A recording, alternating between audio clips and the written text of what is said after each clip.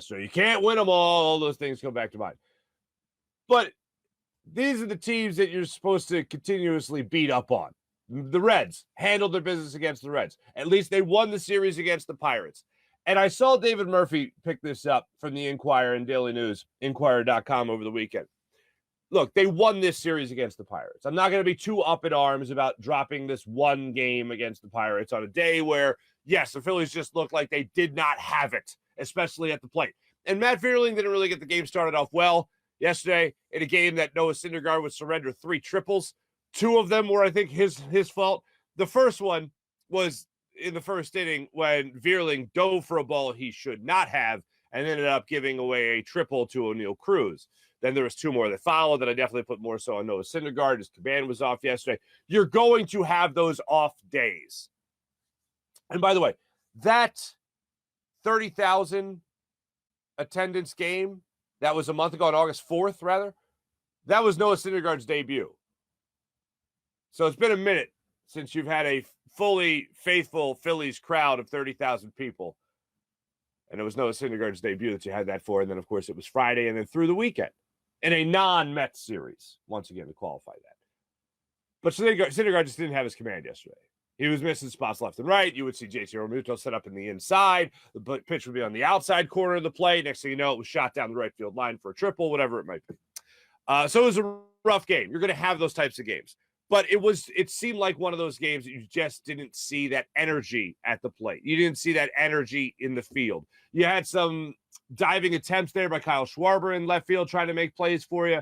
But all in all, it just didn't look like a day where the Phillies had that life in them. You're going to have those days. That is baseball. I'm not going to lose my mind over it.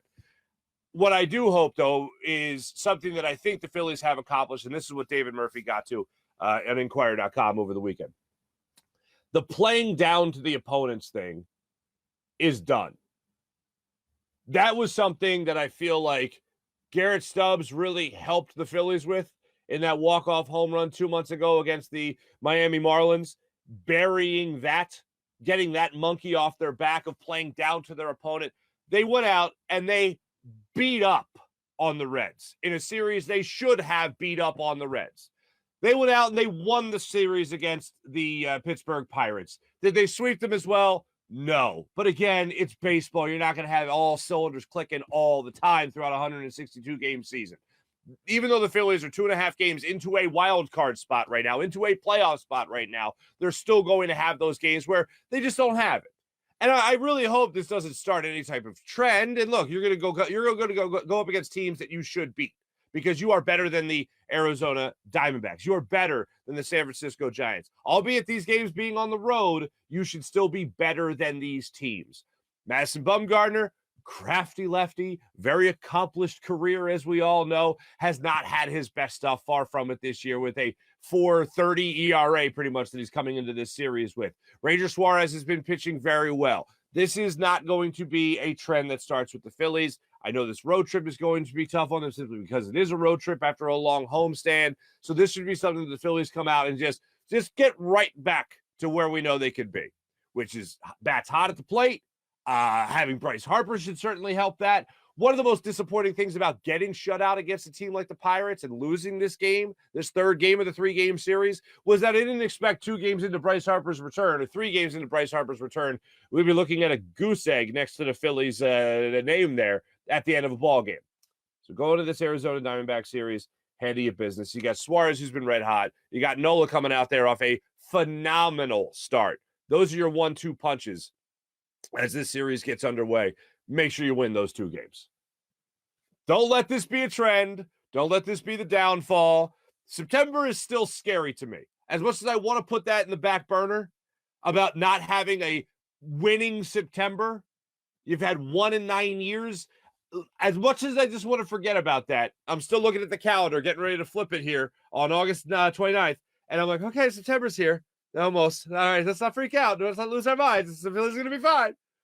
They're going to be on this road trip when they have it, when September starts. Let's just make sure you glide into September nicely. Let's make sure all is feeling great. All the good vibes are coming when September starts. It's the only dark place, I tell you guys all the time, about the dark places I go in my mind when it comes to the little concerns about sports. I'm a very happy-go-lucky guy, very optimistic guy, but when it comes to sports, sometimes we go to these dark places. This is one of the dark places. September is going to start, and the Phillies are going to start to slide. This is a little dark place I go to. If I'm betting on it, I'm betting it doesn't happen this year, as I've told you guys before. But it is a concern still. It's still there. And getting shut out in Game 3 of Bryce Harper's return doesn't make me feel all warm and fuzzy on the inside there. I will say, as far as these other games went over the weekend for the Phillies, again, Friday could not have gone really better for the Phillies to win that game, and Harper to step up with the bases loaded. Saturday, you had a huge game from the bats. You got a shutout performance by Kyle Gibson, who was great in his, 7 innings did he go on Saturday? And then you had some more RBIs there from JT Realmuto, who's been on fire. I mentioned the home run from Nick Castellanos. It was just overall, except for just yesterday's game, ending the weekend on a sour note. Aside from that, all was right with Friday and Saturday. So that was good. Bottom line, Philly's still very much in the wild card spot there. So you can feel good about that.